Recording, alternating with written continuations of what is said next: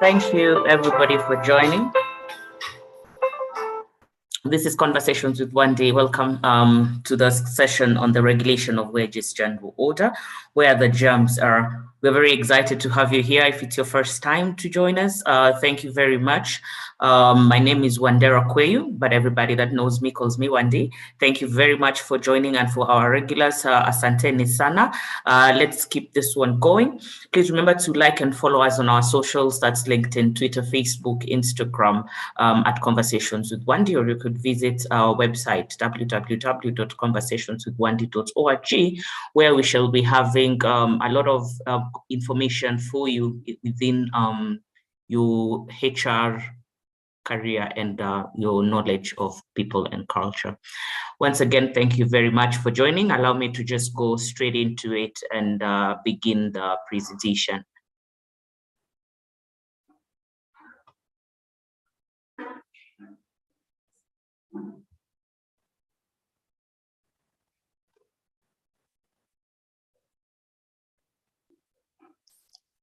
So there we go. There is this order that currently exists in law, And this is the Regulation of Wages General Order. I particularly like this order because this is the order where you find most of the clarifications are given on very many factors that are otherwise silent on the Employment Act. This order is a gem for everybody to have, for everybody to get familiar with. The reason I further like this order is the simplicity of the fact that it is very thin. So it's an easy read, very smooth, and anybody can be able to use it at any given point. So as we go through this discussion today, please remember to raise your hand if you have a question. We'll be able to unmute you, or you can type in our chat box, or you can always type on the question and answer session of this particular conversation. So yeah, thank you very much. And let's talk about this order. One of the biggest conversations that is ongoing about this order is the fact that when you open it, it tells you it has been repealed. It's a very interesting issue because there's how laws are read in totality, where this particular conversation on it has been repealed misses the point. Now, when you're reading a subsidiary legislation like this one is not a main law, it's a law made from another law. That's what you mean by subsidiary legislation. You have to always refer to the mother legal piece. So where does this particular Regulation of Wages General Order come from? Originally, it came from the previous Employment Act, that's Cap 229, that was repealed and replaced by the Employment Act, Cap 2007. That's what we are using right now. In repealing that act, there are other acts that came into play. The Labor Institutions Act, the Labor Regulations Act, those are the big ones, and the Employment Act. In those three acts, you will find most of the issues to deal with employment that are in there. Now you can also include the Occupational Safety and Health Act, that's the OSHA, and then you can read something on WIBA, you can read something on with NSSF and income tax and NHIF to just make sure that you're getting a fuller picture. But let me zero back in and go into this particular order. Now, this order, it finds its domicile, as in it rests within the Labor Institutions Act. So ladies and gentlemen, I know this is one act that is not looked at very commonly by various HR practitioners, but it's a very amazing act. It has quite a number of very good provisions that can help you understand how to manage any labor institution. Now, in this act, in section 63, there is what we call transitional clauses that have been prepared for Cap 299. Now they are saying, as we are moving from this piece of legislation, the following are the things that we shall do as we are transitioning. I want to draw particular notice to everybody here to section 63, subsection 2, which provides that all the regulations and instruments that were made under the other act, that's Cap 299, are valid as if they are made under the Labor Institutions Act. So this is where this act takes its meaning from. This is where the act knows that for all intent and purpose, this is where the legislation is coming from. So for this reason, ladies and gentlemen, this piece of law remains valid. I just want to take 1 minute to just again see if anybody has a question. Remind everybody that you can always follow us on our socials, that's LinkedIn, Twitter, Facebook, Instagram at Conversations with Wandi, or go to our website www.theconversationswithwandi.org. I want to remind members here that you can always raise your hand if you have a question. You can always type it on the chat box, or you can always at any given point type it in the question and answer session. So we're talking about the Regulation of Wages General Order and how it finds its strength in law. So at this particular point, we have already discussed and noted that for all intent and purpose, this order is valid owing to the Labor Institutions Act. So what does that then mean as we are going forward? This simply means that you're now, as an employer, as any labor institution, you're now bound by this regulation of wages general order. I see that we have one question on the chat box. I see the chat seems to have been disabled. Let me get to work on that to enable people to chat on the area. I don't know if anybody else is having that same problem. This has now been activated. You can now try to type in your messages as we are continuing. Remember, we also have the question and answer session. We have the chat box, and you can always raise your hand. So as I was saying, we now realize that this order is one of those pieces of legislation that now every employer is bound with to continue respecting and adhering to. Now that we understand this, can we then figure out what happens because of this particular issue? Now, every practitioner needs to be able to understand the scope of this order. Because it's legal, who is supposed to abide by it? Because of people working in different industries, you might notice that you have different orders that work with you because of the different industries that you're in. But if you work in, like for instance, if you work in a consultancy firm, it's very difficult. It's normally quite unheard of for you to be able to be familiarizing yourself with an order other than the regulation of wages general order. Now, the scope of this order is across all employees except for people in the agricultural industry. And persons in the agricultural industry, they have their own regulation of wages order. But this order is the general order. Save for the people that are working in the agricultural industry, you will notice all the other people that are working with in the other industries that are regulated. There are quite a number of provisions that have been put in their individual orders. So please don't forget that if you are, for instance, if you work in textile, simply because you have observed the general order doesn't mean that you're not bound by the order, the regulation of wages order of the textile industry that you're in. So please remember that this is applicable to each and every individual, every employee and or labor institution, save for those institutions that are of that are agricultural in nature. Now, what does that mean for the people that are not in the agricultural industry? This simply means that now you are bound by this and that these are the minimum provisions. You remember the way you pick your Employment Act. Every employer is supposed to comply with that act at a full 100%. You're not supposed to deviate from that act. So this order also tells you that because you're in the agricultural sector, you're not allowed to deviate from that particular, the provisions given in this order.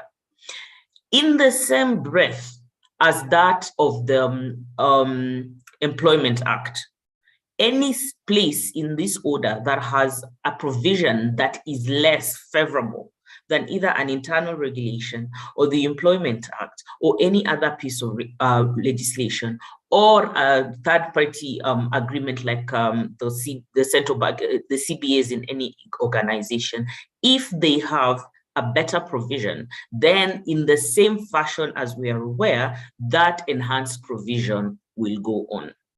Now, this order, again, comes from the Labor Institutions Act in Section 63, subsection 2, that provides for the transitional clauses from the Employment Act Cap 229 that was repealed. In Section 63, subsection 2, there is a very clear statement that says any regulations or instruments that were made under the previously, the now repealed Act will be deemed as having been made under the Labor Institutions Act and will be deemed to be pieces of law. So then that means by that provision, the Regulation of Wages General Order is now an active piece of legislation. This order at this point, it's important for us to remember that it is applicable to all employees in all industries, save for those ones that work in the agricultural industry. For persons that don't work in the agricultural industry, this means that there is no employer that is supposed to make provisions that are below the minimum provisions of the wages, of the Regulation of Wages General Order.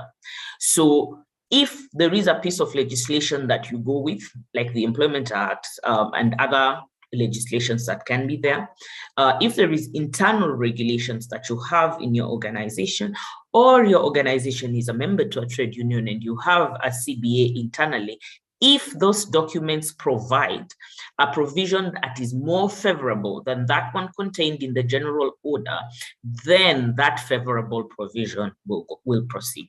I just want to pause at this particular moment and see, is there anybody that has a question, anybody that wants to raise a hand and ask something? Remember, you can always type in our chat box your question. There is a question and answer session that is also open, or you can raise your hand and we'll be able to unmute you and we continue with the conversation. At this point, we have clarity on where the act comes from. We have clarity on the scope of the act.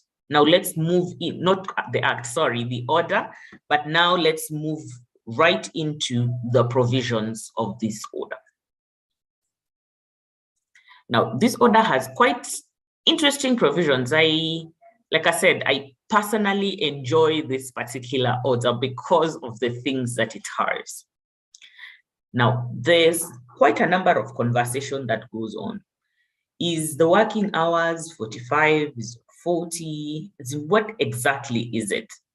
And the answer here is that the Regulation of Wages General Order is the one that gives clarity on the maximum number of hours.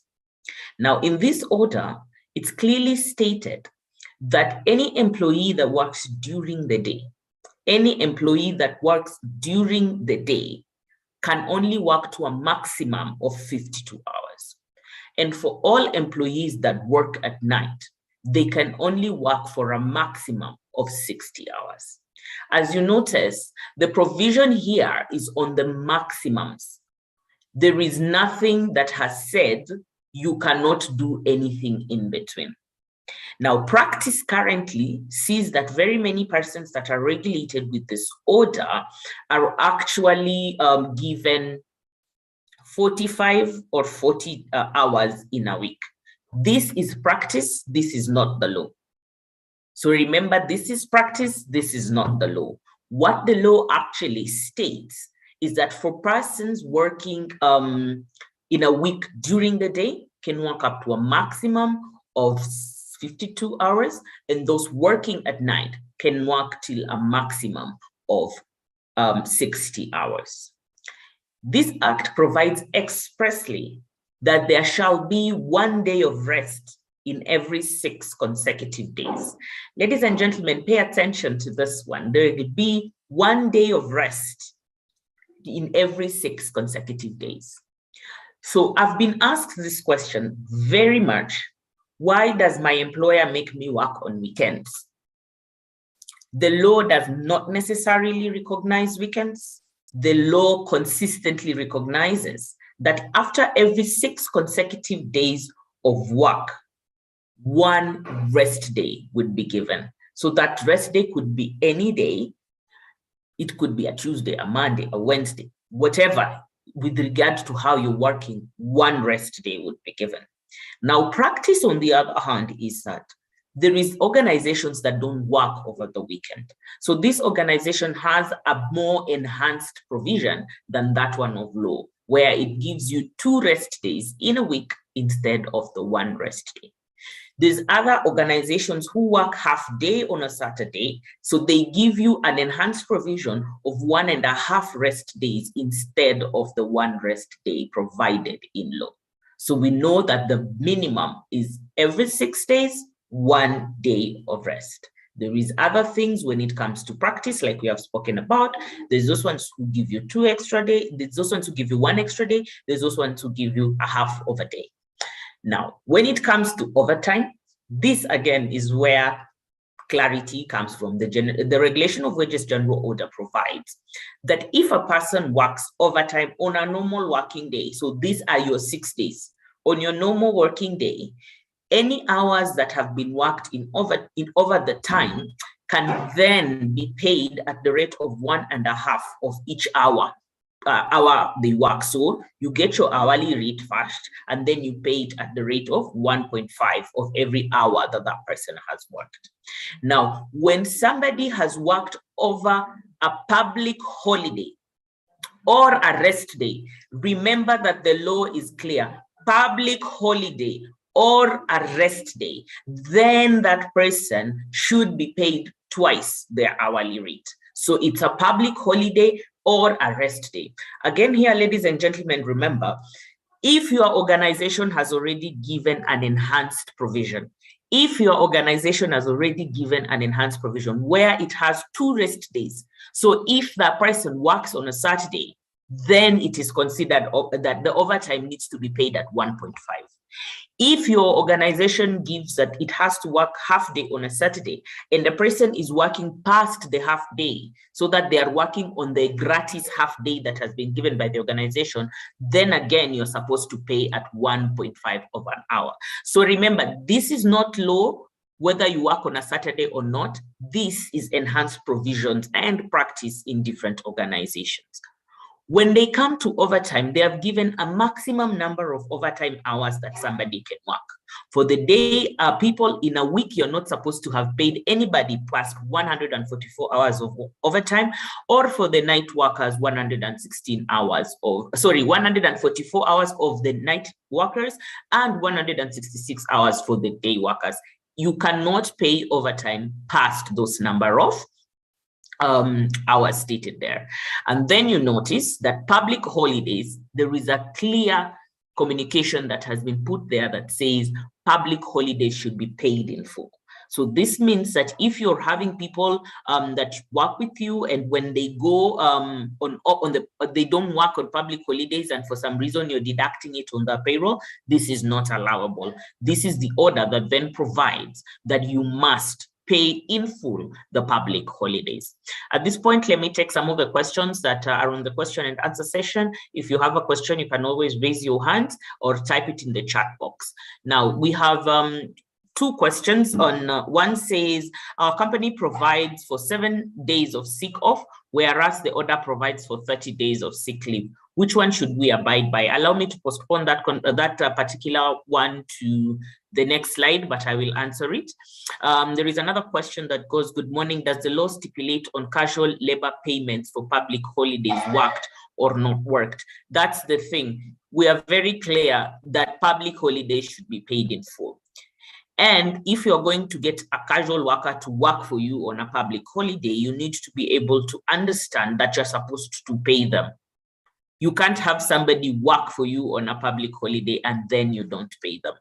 Unless you're talking about the casual laborers that have stayed with you for a period of exceeding 1 month, or you're calling them casual laborers. I hope you're able to see my quotation marks, casual laborers, for those people that have stayed for over a period of 90 days. So if you have any casual laborer that has stayed for a period of 90 days, on day 91, they're an employee and you need to treat them with all the benefits and the provisions that are provided for in the Employment Act and in the General Wages Order.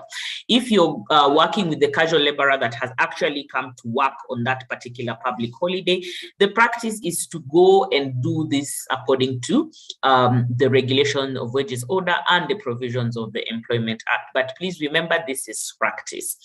Now, we have another question that says, having issues on where to place some stuff in the wages order. Can I reach you? Yes, you can always reach out to me. Catherine, I will always help you to speak about that. Again, Catherine poses a very, very important question here, where she reminds us that there are different orders for different industries. You have to know which industry that you're in and make sure that on top of the general order, you are also complying with your particular order. If you're in the agricultural industry, please remember that this order does not apply to you. You need to go and be able to check the order that regulates the agricultural industry. I see we have a bit more questions on the chat box.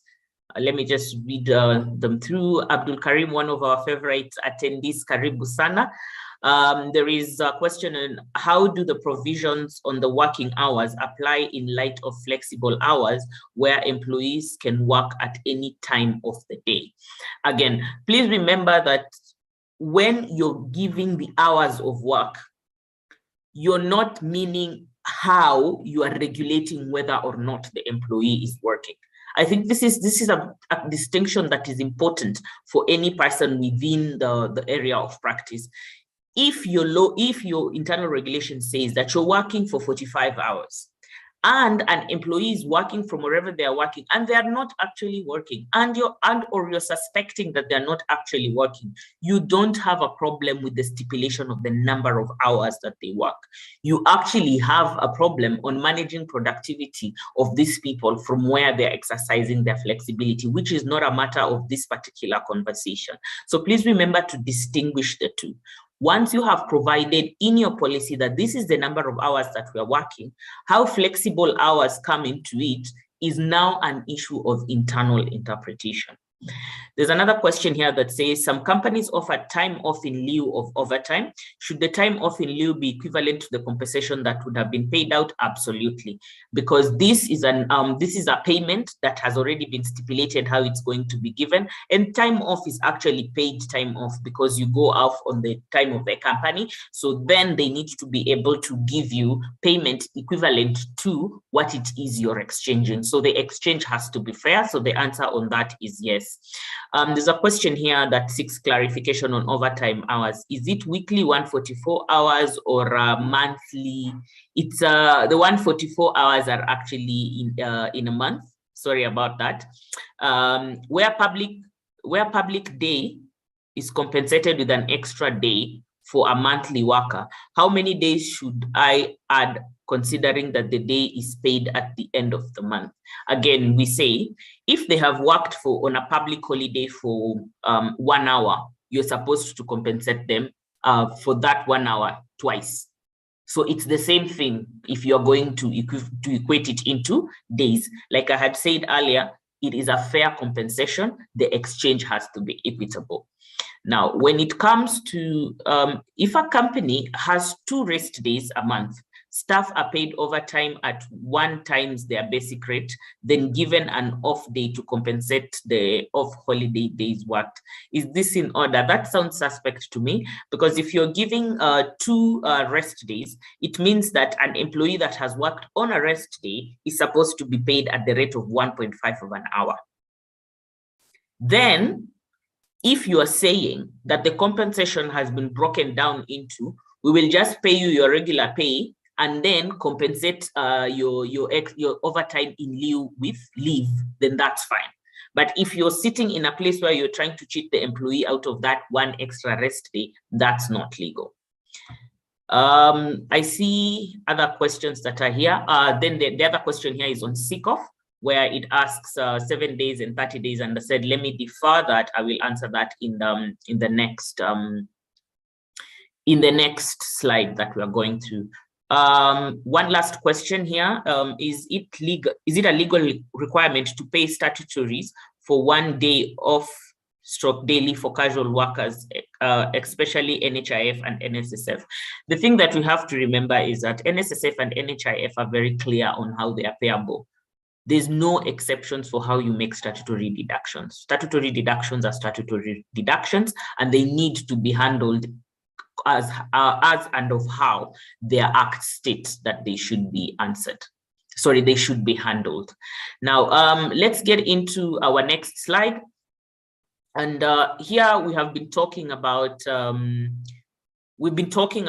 where the order came from. I'm just going to do a quick summary on where the order came from. So the order came from the Labor Institution Act in Section 63, subsection 2, where there is provisional transitional clauses provided for Cap 229.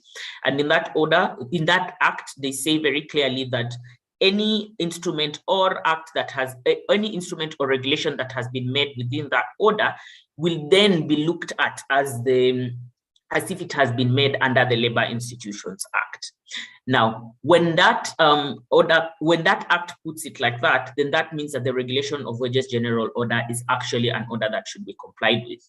This order then is applicable to all employees, save for the employees in the agricultural industry.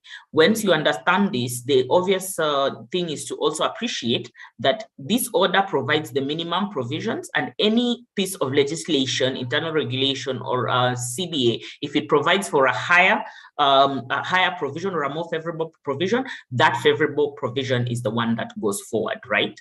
And then now we went into speaking through the order, and we've seen that the hours of work have been mentioned, the rest days, the overtime rates, the maximum hours, and the public holidays.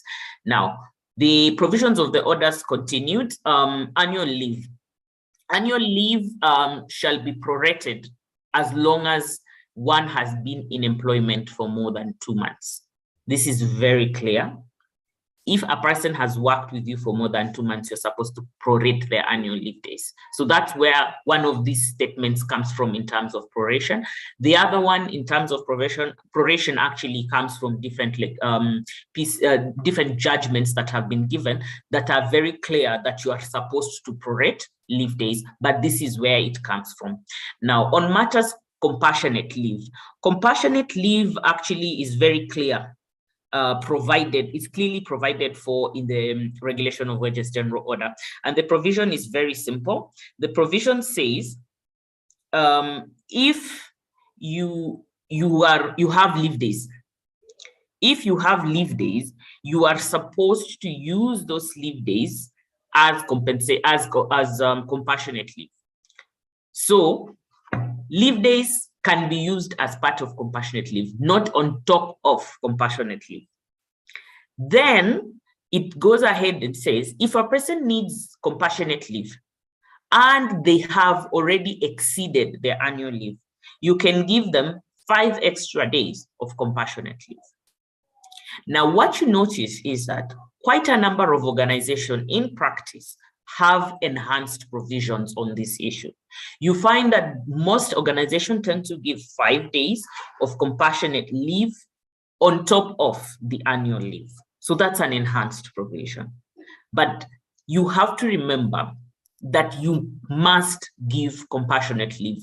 You can either follow the minimums and put compassionate leave at part and parcel of the annual leave, or give an extra 5 days without pay. Or if you have enhanced provisions, follow the enhanced provisions, but compassionate leave is clearly provided for in law. When it comes to matters sick leave here, I just want to mention this particular statement. This order provides for a maximum. This order provides for a maximum. The Employment Act provides for a minimum. The order provides for a maximum, the Employment Act provides for a minimum. Let me give you a good analogy that would make this matter become really easy to follow. When you're talking about hours of work, they have said there is a maximum of 52 hours for day workers and 60 hours for night workers. But you see, practice has a more enhanced provision where it gives 45, 40, etc. in the middle there.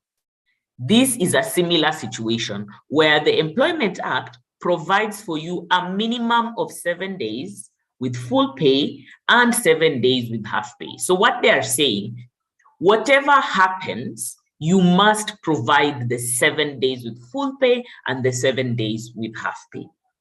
The order goes ahead and says, at a maximum, do not exceed giving sick-offs at the point of 30 days with full pay and 15 days with half pay.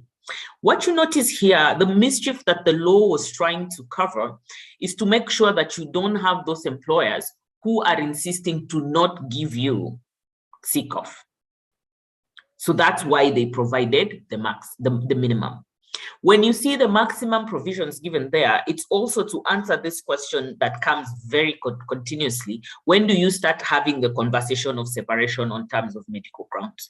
Like once you want to say a person has exceeded their maximum sick off, it has to be 30 days with full pay and 15 days with half pay. Or if you have a more enhanced provision where you say sick leave is given for a maximum period of 5 months, 6 months, depending on whatever it is that you want to say. Or there are some organizations that say sick leave is granted according to doctors' provisions and requirements of the staff to get well. That's an enhanced provision. But what is being stated here is that at no given point should an employer give an employee less than 7 days of full pay and 7 days of half pay. That's a minimum. The maximum then is given at 30 days with full pay and 15 days with half pay. I hope this is now clear on the area of sick leave. I'll also take some questions that are currently up. I see there's a question that we've been asked. Kindly clarify again. If an employee worked on a public holiday that should be paid at double rate, does it imply if compensated through time, he ought to be granted 2 days off? This is what I want to be very clear with you. Yeah? When you're giving time, time is not, time is actually money, even in employment. That's why when you look at your salary, you can be able to break it down into a daily rate, into an hourly rate, into a monthly rate, because the employer is actually compensating you for your time. Now, if the employer says, I want to vary the kind of compensation that I'm giving you for your time by giving you extra time when you work for me on a public holiday, it's still payment. It's still hour on the hour. So it's not that time then becomes of more value than actual cash. No, the trade has to be equal. This is the going principle. If the person worked for 8 hours, you are supposed to give them 16 hours of pay. So then you have to prorate it or exchange it equitably at that point.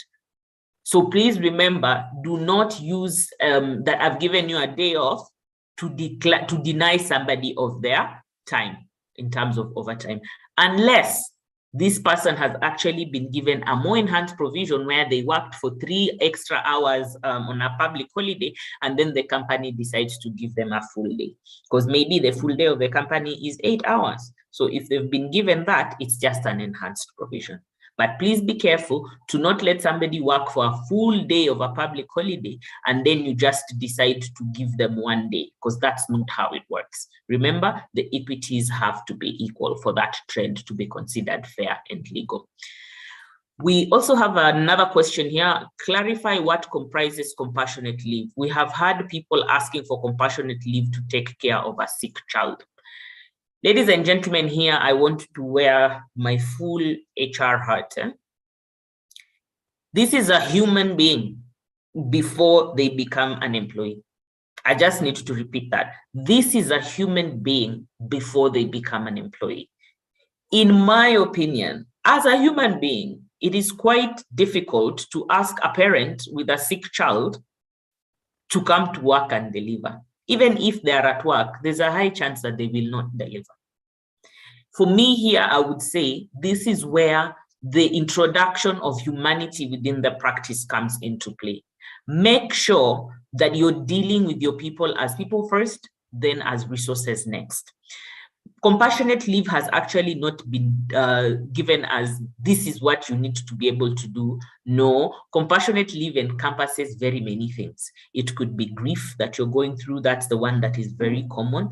It could be that you're going through other difficulties that are quite difficult for you that you need some compassion over. This is some things that need to be considered. When I look at practice within the HR field, there's quite a number of people that allow mothers to actually go off on sick off when they're admitted in hospital with their child. It just depends on how your organization is working. However, if this provision is being abused, then you have to remember that it's not a legal challenge that you have. It is a challenge that you're having when it comes to people management, and address that challenge there. I hope that answers your question. There is another one that says, I'm a bit confused on the maximum sick leave provision, while the legal minimum of 7 days, some employers actually give higher than 30 days. Again, let me just explain. The legal provision is that any employee must be given a minimum of 7 days of full pay and 7 days of half pay when it comes to matters sick of. The legal provision is also that a maximum extension of that minimum can be at 30 days with full pay and 15 days with half pay. These are both legal provisions. There's nothing that is in conflict there. One gives you a minimum, the other one gives you a maximum. Our laws also state that in any situation where there is a more favorable provision that has been given, the favorable provision is the one that then takes precedence in that particular situation. So where you have companies that have said, ASCAs are going to extend our maximum to 3 months, to 5 months, that is then what they are bound by because they are giving a more enhanced provision. So let me just take that again. There is no conflict between the Employment Act and the Regulation of Wages General Order when it comes to sick off. One just gives you a minimum, the other one gives you a maximum. Enhanced provisions are allowed. Now, on sick leave, what conditions law require you to move from the EA 7 days to 30 days to the order? Can there be a separate discussion after the 7 days with full pay and the 7 days with half pay? Now, this is where I always tell employers, be very cautious on how you are dealing with this particular issue, because the law has already said that it can give you a certain maximum. The chances are that if an employee takes you to the labor office and say, I'm actually being handled badly, there's a very high likelihood that you will be asked to comply with the maximum provision. Because again, remember, we are very clear on the fact that if there is a more enhanced provision, always go with the enhanced provision. So if you have given the minimum provision, you can always have it, yes, but remember that if an employee questions you, if an employee takes you to court over that issue, if an employee takes you to the labor office over that issue, you have to remember that there is an enhanced provision that exists, which is the maximum of 30 and 30 with full pay and 15 with half pay. This is why you notice quite a number of organizations then opt to just give the enhanced provision or enhance it further from that direction. So this is where you need to be able to understand, yeah? You can have the discussion with an employee, they can decline, and it is within their right to say that there is an enhanced provision that has been given by law that is not being exercised by my employer. So again, communication with your employees is very important, and also just putting the human heart back into that situation is very important. But when you want to dismiss, especially on medical grounds, it is always important to err on the side of caution. Make sure that the 30 days with full pay and 15 days with half pay are exhausted before you start this discussion. There's a question on overtime. So if payment is 1.5 of the hour, time can also be 1.5. Yes, that's what we are saying. You said the order does not regulate casuals in the agricultural sector. What of the Employment Act of 2007? What if casuals working in other sectors? Thank you. What I said is the Employment Act is not invalidated by the General Order. The General Order gives provisions and clarifications on matters that the Employment Act is actually silent on. This General Order applies to everybody other than the people in the agricultural sector. So if you're working on the agricultural sector, there is a General Order that is available for you to work, and these things are dealt with together. So there is no point where the General Order invalidates the Employment Act. I hope that answers that question. On the equity of public holiday, we have two cadres: overtime and management supervisors. OT cadre, compensation is clear on double time. However, management, you only compensate with the day off since the expectation is put in extra time. One thing I need to say about this particular question is that there is nowhere in law that is actually listed that a person that works in management should not get overtime. There's nowhere in law that is there. So you have to remember that, yes, your policy could be saying that overtime is not paid to management, but if somebody puts you to task on that particular issue, it's highly unlikely that there will be any decision that will be made in your favor. The other thing that is important to notice is when you're doing some certain things, uniformity really helps you with your employee value proposition. So always be careful on having too many segregations. You might actually just be ruining your culture as you're going through the process. But the legal principle to understand is that there is nowhere in law that states that people in management should not be paid overtime. However, this is a very common practice where people say, where many contracts actually say that because you're in management, you're not eligible to overtime. The thing that you need to remember is that if you get in trouble, there's no legal provision that actually backs you, because the legal provision is clear. People that work overtime should be paid. Now, some clarity on compassionate leave. I should take the days from the leave days, or these are separate from annual leave. The law provides that the days should be taken from leave days, but if you have an enhanced provision where your policy already says that there addition to leave days, then follow the enhanced provision. If you don't have the enhanced provision, follow the law where it says remove it from leave days. I have one more question before we move to the next slide. Hours of work at night is more compared to days. Then the maximum hours is the opposite. Please clarify. It's not the opposite. So when you're working during the day, 52 hours is a maximum number of days that you're going to work, number of hours that you're going to work in a week, and 60 is the maximum number of hours that you can work in a week.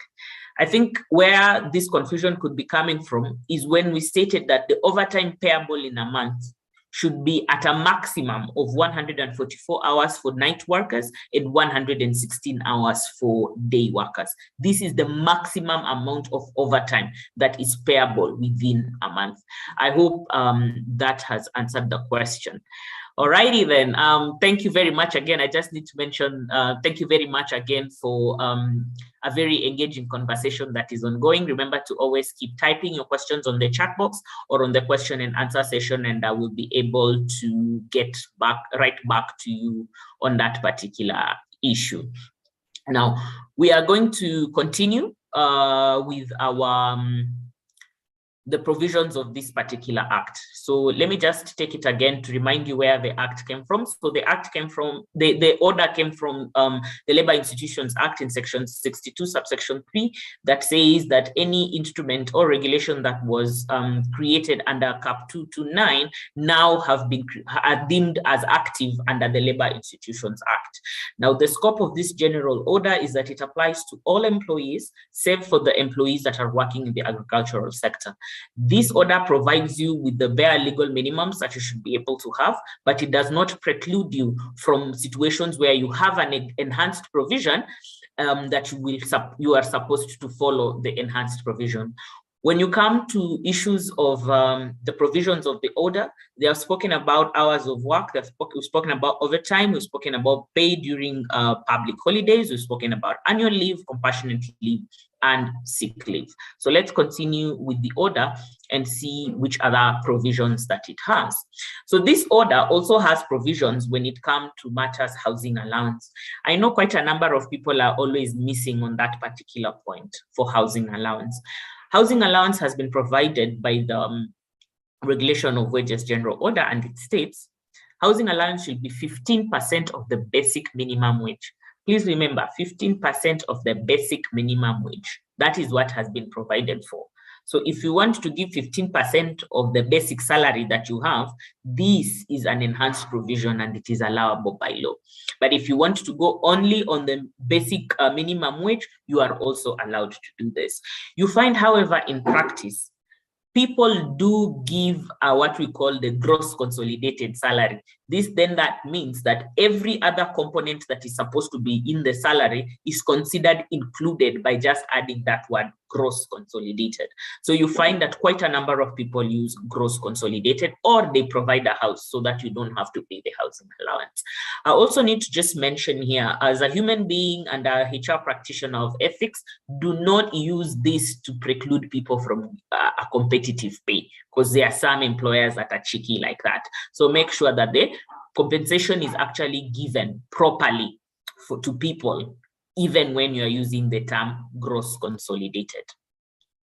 Another interesting provision here is on acting allowance. So acting allowance is provided for in the general order that says if a person is acting in a position and that position has to be higher than their position for a period of more than 30 days, then they are entitled to an acting allowance. This acting allowance is simply calculated as the difference between the salary of that position that the person is acting in and the position that they are in. So if currently in my role I'm earning 50,000 and then I am acting in a position of 100,000, my acting allowance past that 1 month is 50,000.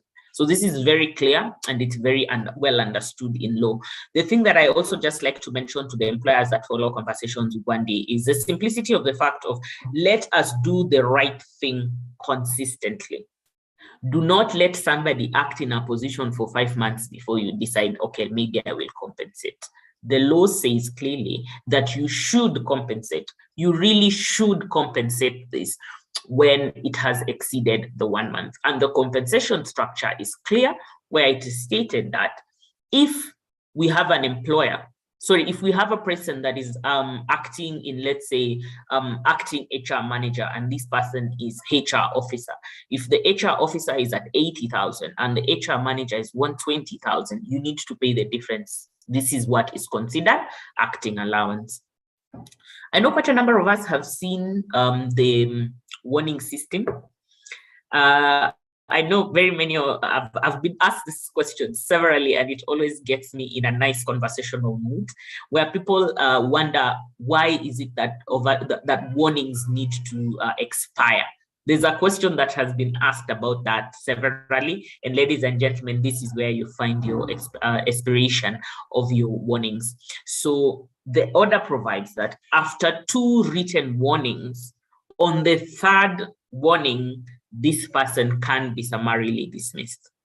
It also says that a warning shall not be valid for more than 9 months. It normally gives a number of days, 250 something. If you just do it over months, you find that that's where the 9 months come from. So essentially, when the warning has expired, it doesn't count towards the disciplinary issues of that employee. And this only expires if there's no other disciplinary issues that have been put there, right? So what you need to be able to consistently remember is that after 9 months, if I had 1 written warning and then the next 8 months I had nothing, and then I had another one in, say, in a year or so, that one for the first one does not count in this process of going towards a summary dismissal. So you have to remember that after 9 months, the warning expires, and with the 2 warnings on the 3rd one within that time frame that I've spoken about, you can indeed summarily dismiss an employee. So let me pick some questions on this order. I see some questions on the chat box. Thank you. So I see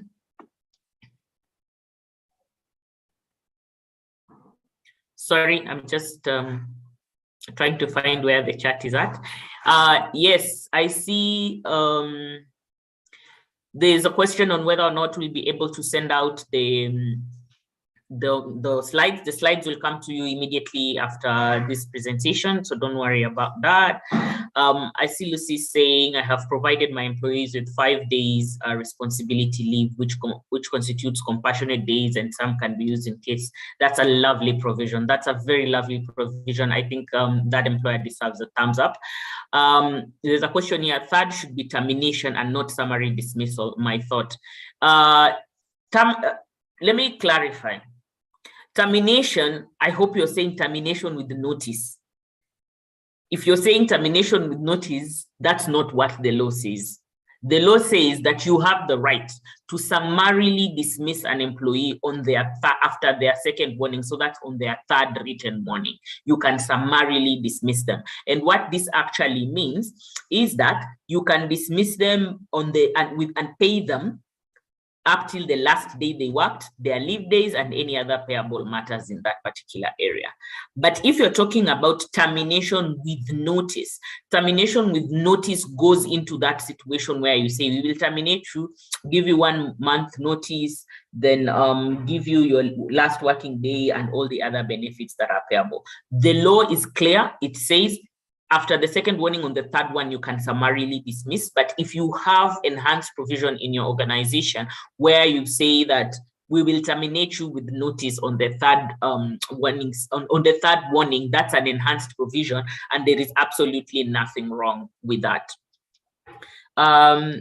There's one here that says, I thought the warning letters expire after 12 months. No, they don't expire after 12 months.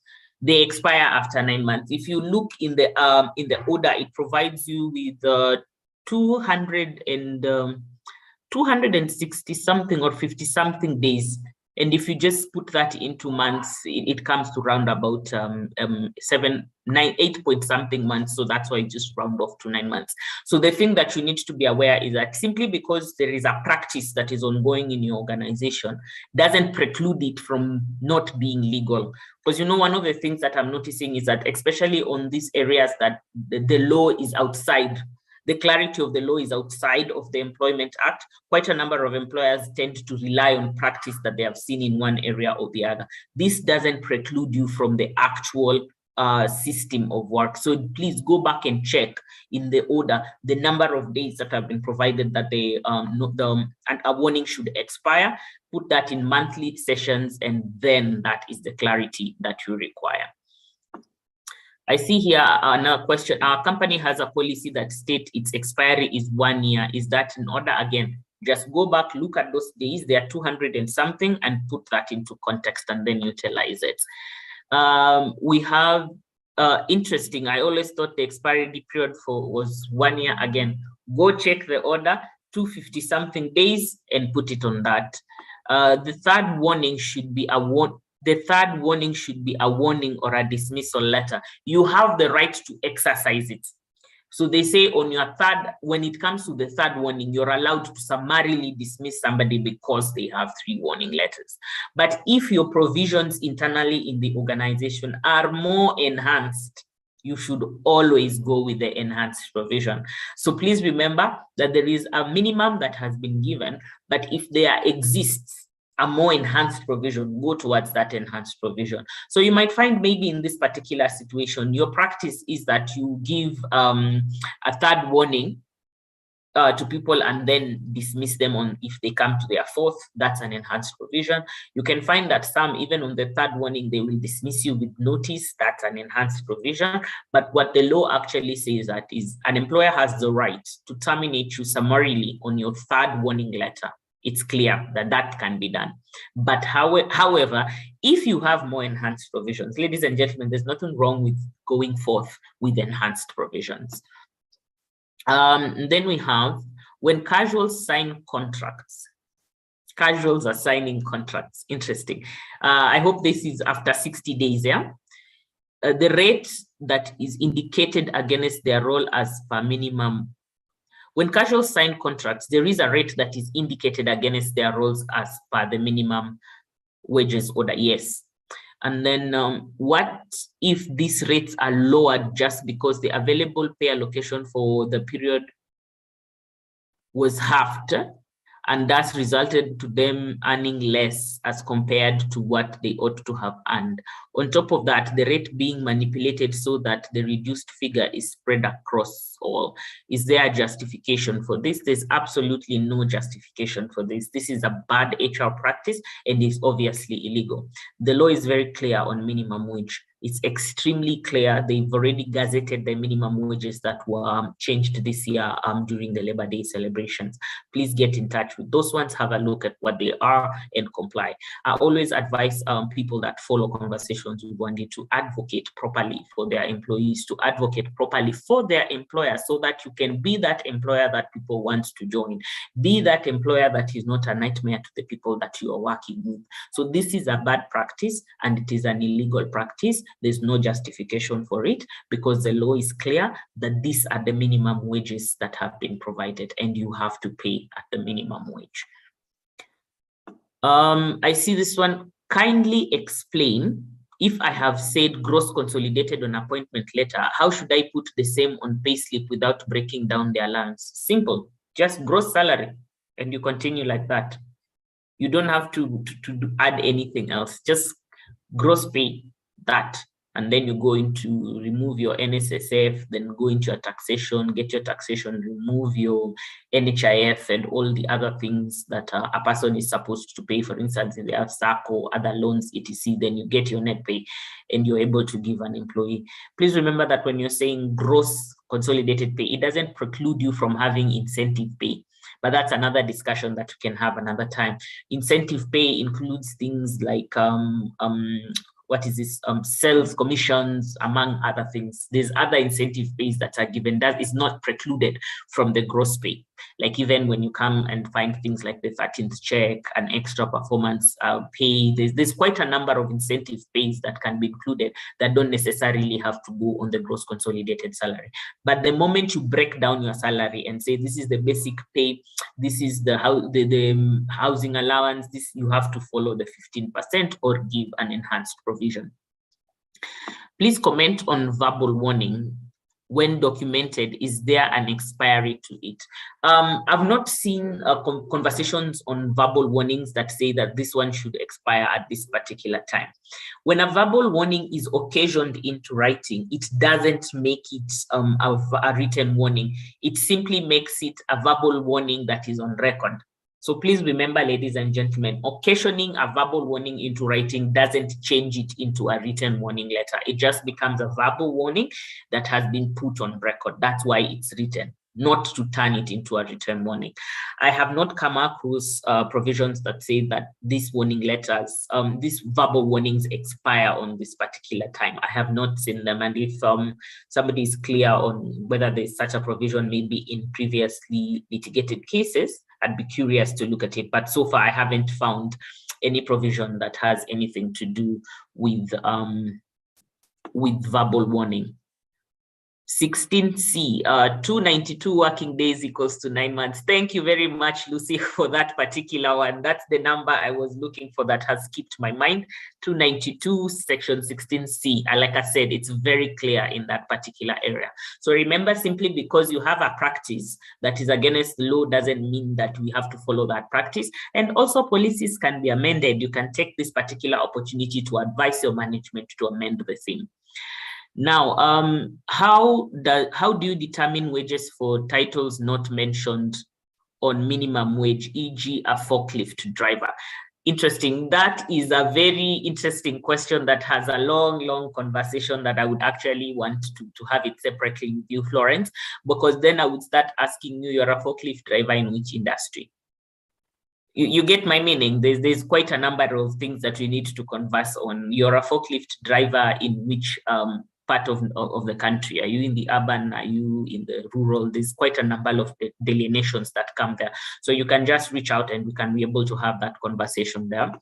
Wendy, kindly share a copy of the wages order together with this presentation after the call. Absolutely. And for those that can be able to find it, just go to www.kenyalaw.org, table of contents, Labor Institutions Act, and it will be written there. I always advise my followers to not download a law and stay with it. Go to the www.kenyalaw.org and find your laws from there. The beauty of doing that is that this is the government legislated position where these things are put. This is where the judiciary is looking at, where they're looking at the recency of the order. when there is a change in law, it is updated in less than 3 hours on this particular one. So you avoid the risk of having reading a law that is not in existence anymore. So always go to www.kenyalaw.org and you will find your laws there. But yes, when I send this this particular presentation, I will have that included in it. Please explain summary dismissal after third warning. Is this separate from the other issues that can be terminated on summary dismissal as per the law, e.g. gross misconduct? Yes, that's what it actually says. The law says among the things you can terminate somebody summarily for, you are entitled to summarily dismiss that person if they are on their third warning. That is in addition to the things that are there for the law. There's a question here, kindly share the recording together with the presentations if possible. That will happen today within the course of the day. This will be shared to you. We have a question on what if an employee has 2 warning letters but on different offense nature, e.g. absenteeism, performance. Again, the law is silent on which type of warning. It just says on your third written warning, not type. It's silent on the reason for the warning. It just says if you've been given a written warning, on the third warning, the employer is allowed to actually summarily dismiss you. We also have one question of if you fail to renew a contract and it runs for 1 year more, and realize that you need to terminate the contract, is it legal to issue a contract from the date it expired to the current period, then terminate it? Absolutely not. The law is very clear. If a contract expires on 27th of July and the employee comes to work and it is allowed to work on 28th of July, on 28th of July, the moment they came into work and started working, they are considered to have an open-ended contract, and now you have to go through processes of termination, either by a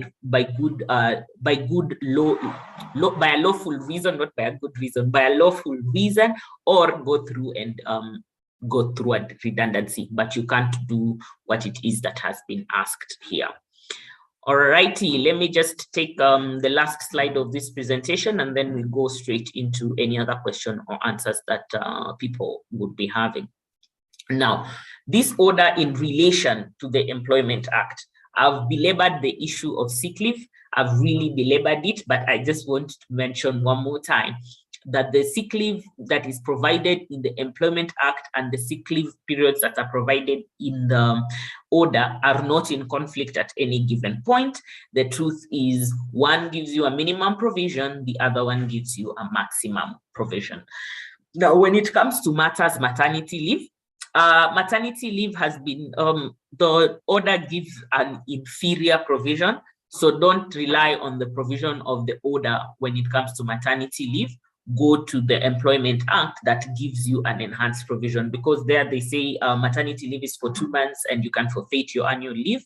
But then the Employment Act says very clearly that the leave is 90 calendar days and you do not forfeit your annual leave. So always go and check which one has which. But in this particular issue, these are the only places where you can find a query that you might want to answer. So, ladies and gentlemen, as of this point, us guys can now continue interacting in the question and answer session. I see we have about 20 minutes to have questions answered. So please remember to type your questions on the chat box, to raise your hand, or put it in the question and answer session. So I see that there is somebody that has raised their hand. Let me just try to unmute you.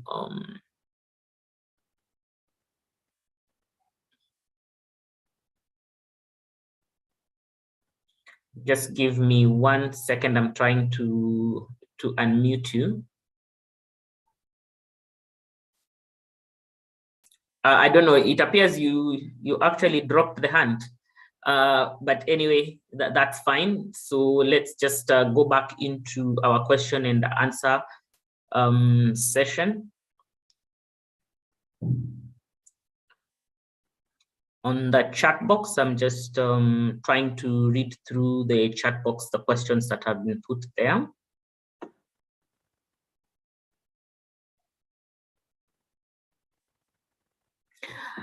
Hi, this is outside today's topic. However, kindly comment on precedents as well. In instances where employee X is given 6 months maternity leave, can we extend the same to other staff? The contract says 3 months, but the practice was 6 months. For me, here is just a simple situation where you actually have an enhanced provision. And when you have enhanced provisions, please just go forward with your enhanced provisions. Don't be that employer that creates legal challenges for themselves, because an employee can be able to actually claim that you are in essence, discriminating upon them. So you can't be doing X, and then when it comes to one day, you want to now suddenly start doing Y. So for me, in that particular area, I'll just advise, please go ahead and follow what your enhanced provision has always been, because that is indeed the right thing to do.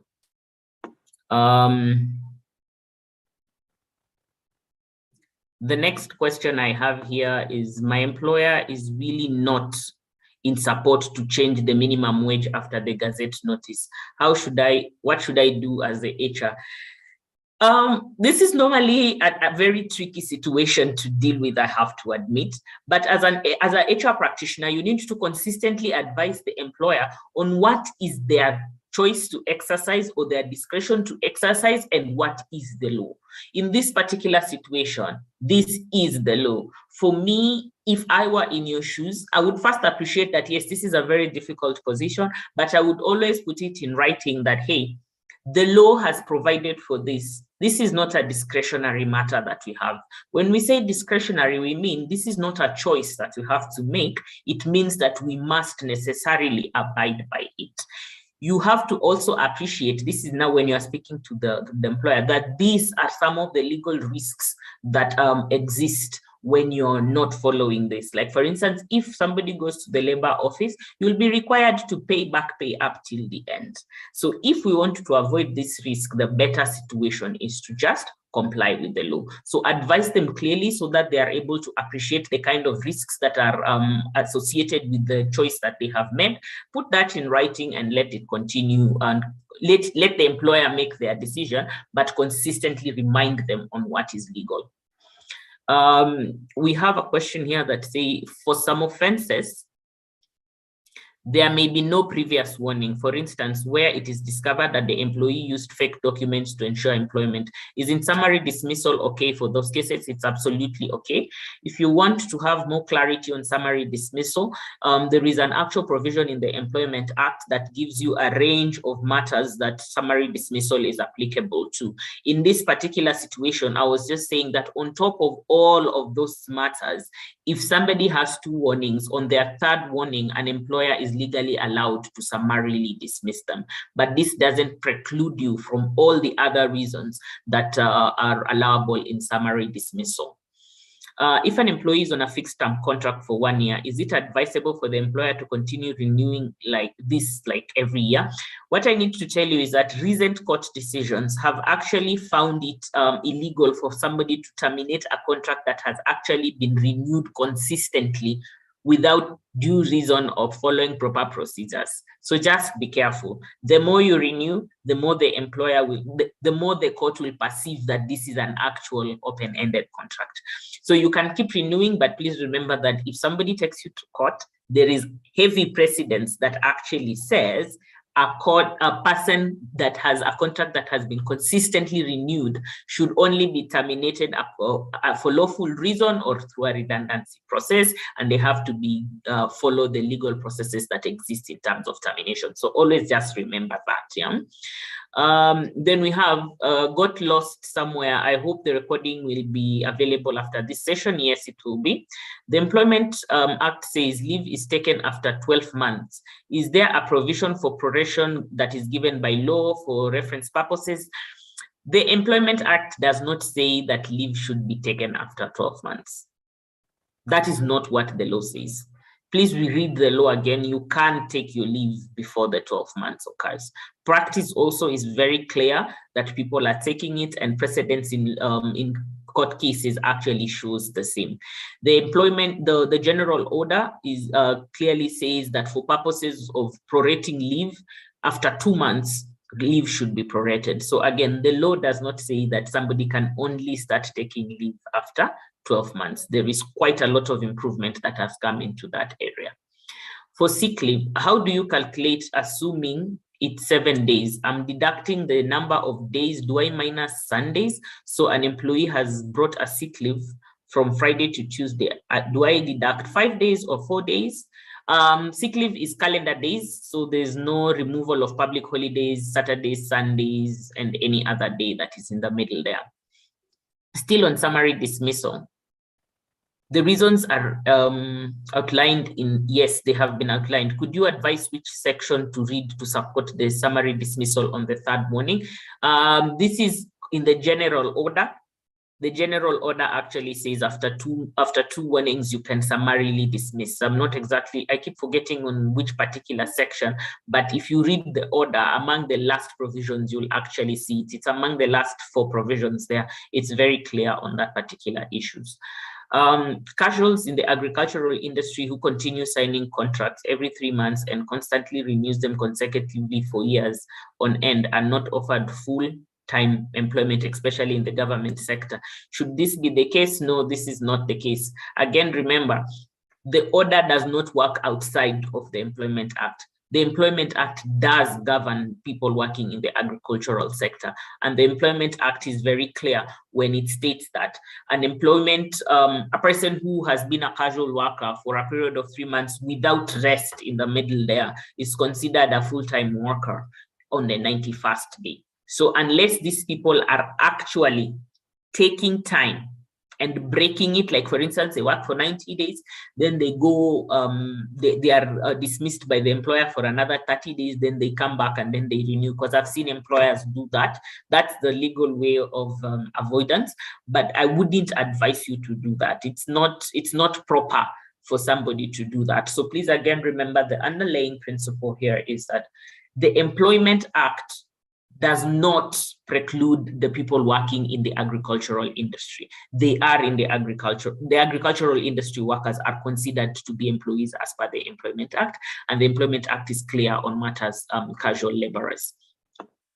Now, has the minimum wage declared by the president been gazetted? And if not, are their employers required to comply based on the declaration? Yes, the minimum wage has been gazetted. The same is actually available. You can just find it again on www.kenyalaw.org. You will always find your issue there. Now, on the second one is the Employment Act advises that if an employee gets intoxicated at the place of work, they can be summarily dismissed.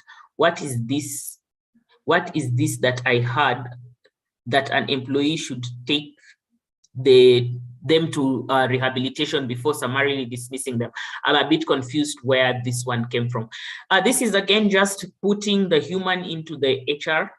You have to recognize that this is a human being. Sometimes you're recognizing that this human being is going through a lot of challenges, and summarily dismissing them would not be particularly solving the problem that they have. So you find that there are quite a number of employers who are recognizing the ills of addiction, and they're actually trying to contribute to society by making sure that their people are healthy and well-rounded. So when they see that a person has a problem with alcohol, instead of sending them out to the world without a job and ability to provide for themselves, they try to take them into rehabilitation so that they can get an understanding and overcome this disease and be able to come back to work and be gainfully employed. So again, these are just employers that are putting the H back into human resources. It is not a legal provision, but it is something that is very humane to do and quite encouraged, especially for followers of Conversations with One Day. A certain company has implemented the current minimum wage by only scaling up those earning below minimum wage. Is this a fair labor practice? Yes, because the law only told you to at a minimum, you have to pay these people at a certain point. So if you already have an enhanced provision, the minimum wage did not apply to you. When we come on the issue of fixed term contracts, what if you have been given a 1-month contract before? On the issue of fixed term contracts, what if you have been giving a 1-month contract before renewing? I'm not understanding that question. I don't know if Caroline, you could just explain that question slightly better. We have some other questions here, and we have 10 more minutes to continue, so I just run through them very quickly. Thank you. If you don't have work and you talk with employees on termination, do you need to send letters to the labor office if the employees are in agreement and you are giving them notice and offered them to look for a job elsewhere during the notice period? This is not allowable. You have to declare redundancy, because what you're speaking about here is a redundancy. There's a process for redundancy, and yes, in a redundancy, you must tell the labor office that you're declaring a redundancy. Now, any comment on employers who backdate contracts instead of following procedures for open-ended and they were silent on the ending of this is not right. You can't backdate contracts. The thing that I said, if your contract expires on the 25th and you come to work on the 26th, you are deemed to have a full-time contract. So there is nothing there about extending or backdating a contract.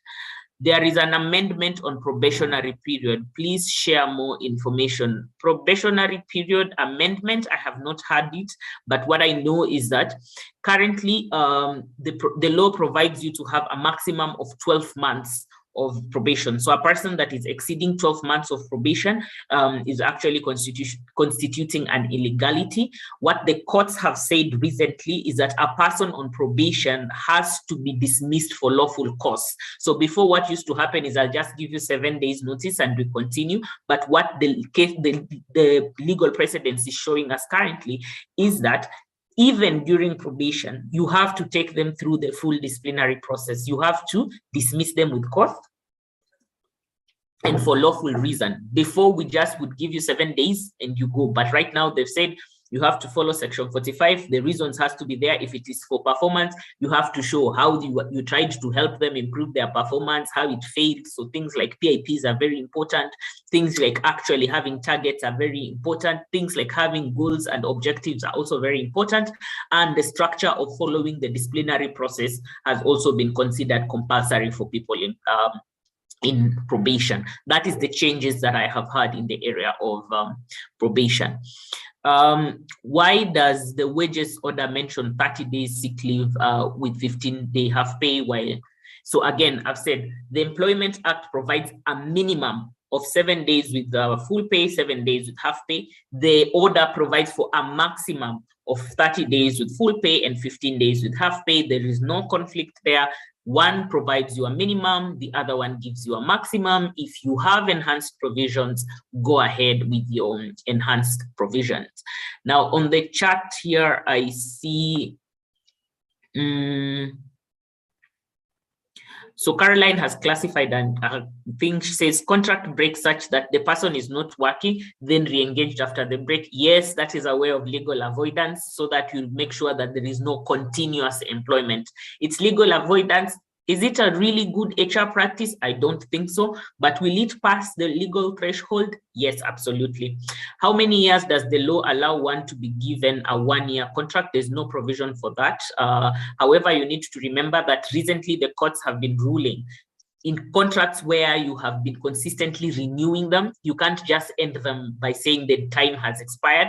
They are now stating that you need to go and dismiss for lawful cause and in lawful process or declare a redundancy. So the court has seen already the mischief here. And it's saying if you're consistently renewing a contract, this is an open-ended contract and you have to deal with it properly. So there's no provision on how many you can give, but there's a clear understanding within law that if you're doing this, and somebody sues you, they will most likely call that an unfair termination. Out of topic, how do you pay employees who don't pick their final due checks after leaving the company despite calling them to do so? Normally, we do payments through bank. The payments can always be done through bank, and just list the process that the employee list the processes of how you tried to reach the employee, send them an email or registered mail to their address that they gave. You could also send the check to the registered address that they gave, because that's also considered full service delivery. After signing a 1-year consultancy contract and after the period expires, you still provide consultancy services without renewal. Is this legal? One thing I have to say about consultancies are not covered under the Employment Act. These are dealt with under laws of contract, and with the law of contract, this is absolutely legal because then this is a contract by performance. When it comes to, I see somebody, are open-ended contracts valid? Absolutely. What does the law stipulate on compensating an employee on probation? Should they be paid in full or half? That is a very bad HR practice. Huh? Just pay somebody according to your scale. There is no provision in law that says give half, give full. The provision in law is simple. This is the bare minimum that you need to pay somebody. But what you should be able to do is just pay somebody fairly for the work that they have done. When interns' contract period ends, that 3 months, must they be given a reason for termination officially? No. Is there a specific period for internship contracts? There's a very silent process on that one. If during probation you follow due process of disciplinary, do you still go, if during probation you follow the due process of disciplinary, do you still go ahead and pay the 7 days notice? This is at your discretion because then that is an enhanced provision. I'll take the last 2 questions because we're just about to the hour. What does the law stipulate on compensating an employee on probation? I think this one we have already answered. Just pay fair wages for fair work done. If you pay employees all dues and he keeps on saying he will come to sign clearance documents and doesn't come, what do? Again, try to reach them properly. If you are unable to, send their things to registered mail and continue with your processes, because an employee cannot hold you ransom because they are refusing to come and deal with their situation. Ladies and gentlemen, I just want to thank you very profoundly for this very engaging session. I'll just take one last, that we've already answered. So thank you very much for this very engaging session. I've really enjoyed speaking with you. Your questions have been amazing. This has been Conversations with Wendy on the topic, the regulation of wages general order, where the gems are found. I hope you've been able to find most of them, and I hope that you've been able to find this conversation useful. I will be sending out the slides to this presentation, and I just want to follow up by reminding you to follow us on our socials. That's LinkedIn, Twitter, Instagram, and Facebook on Conversations with Wendy. And you can also visit our website, Conversations with Wendy, for other very important things that you might find useful. Thank you very much for your time. I do wish you a very lovely weekend ahead, and next month, same time, let's do this again. Thank you and good weekend.